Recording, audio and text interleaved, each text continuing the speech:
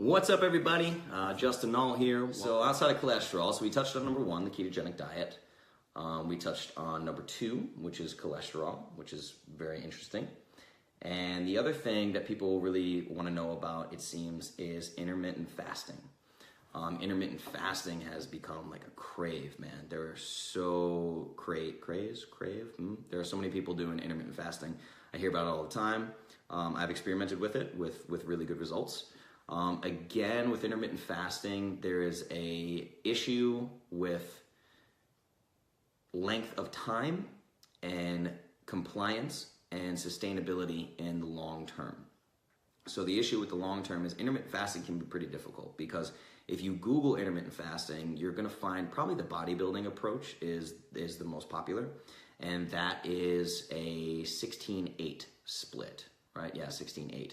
So that is, you fast for 16 hours and you eat all of your calories within an 8-hour window. That's pretty tough to do. It really is. So, I mean, literally, there's only 8 hours of the day that you can cram in all your calories. And the other issue that I see with this is people don't eat enough, right? Calories are important. All your macronutrients are important. You need food, especially if your goal, like if you're trying to build muscle or something, like you absolutely need to eat all of your calories. You can't miss out on that. You don't want to starve yourself. So the 8-16 split is pretty difficult. So instead of intermittent fasting, what I find to be fantastic is something called time-restricted eating. It's also known as TRE, time-restricted eating, right? Time-restricted eating is like intermittent fasting, but a little bit different. So it's basically, instead of looking at the amount of time you're fasting, you're simply looking at the amount of time that you're eating. So what they found for maximum benefit, like to start getting benefits, is about a 13-hour fast. So you're eating all your calories in an 11 or a 10-hour window, which, I mean, you'd be surprised. 10 to 11 hours, that extra 2 or 3 hours of eating time makes things much more manageable. If you want more information on time-restricted eating, then I suggest you look up a woman named Dr. Rhonda Patrick.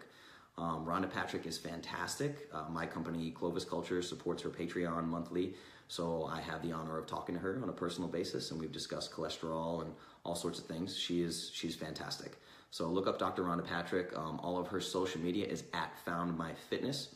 I will tag her in this so you can check her out.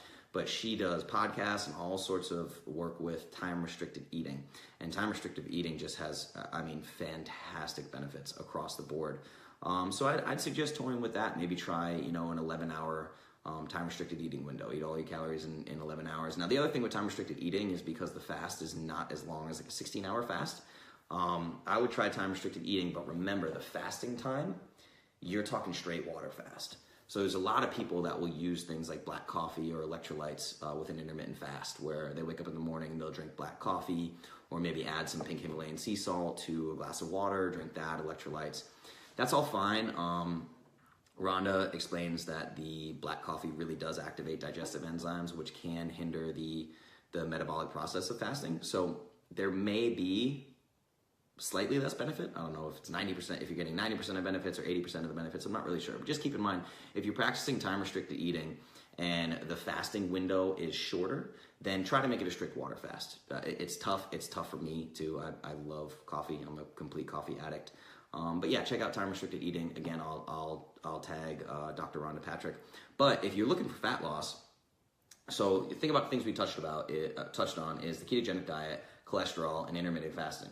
If you can take like a low-carb paleo approach, which, remember, low-carb paleo, I'm talking less than 100 grams net carbohydrates. It's not ketogenic.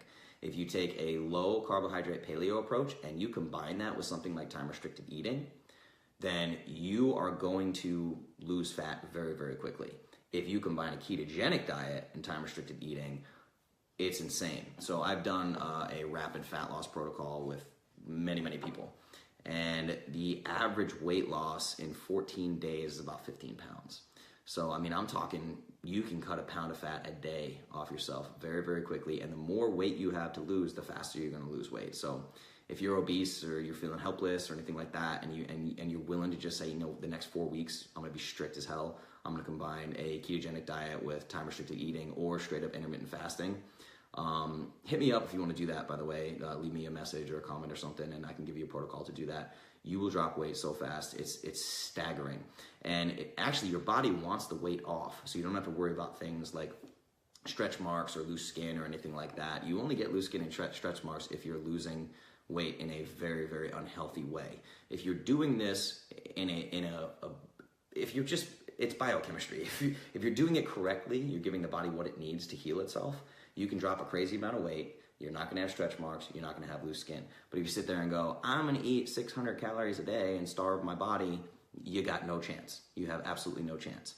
But remember, these things, they're somewhat strict. Low-carb paleo is the most sustainable, for sure. Ketogenic diet, pretty difficult, not necessarily for everybody. Intermittent fasting, pretty difficult. Time-restricted eating, more sustainable, okay? So let's talk about lifestyle change. Let's get into that. So we have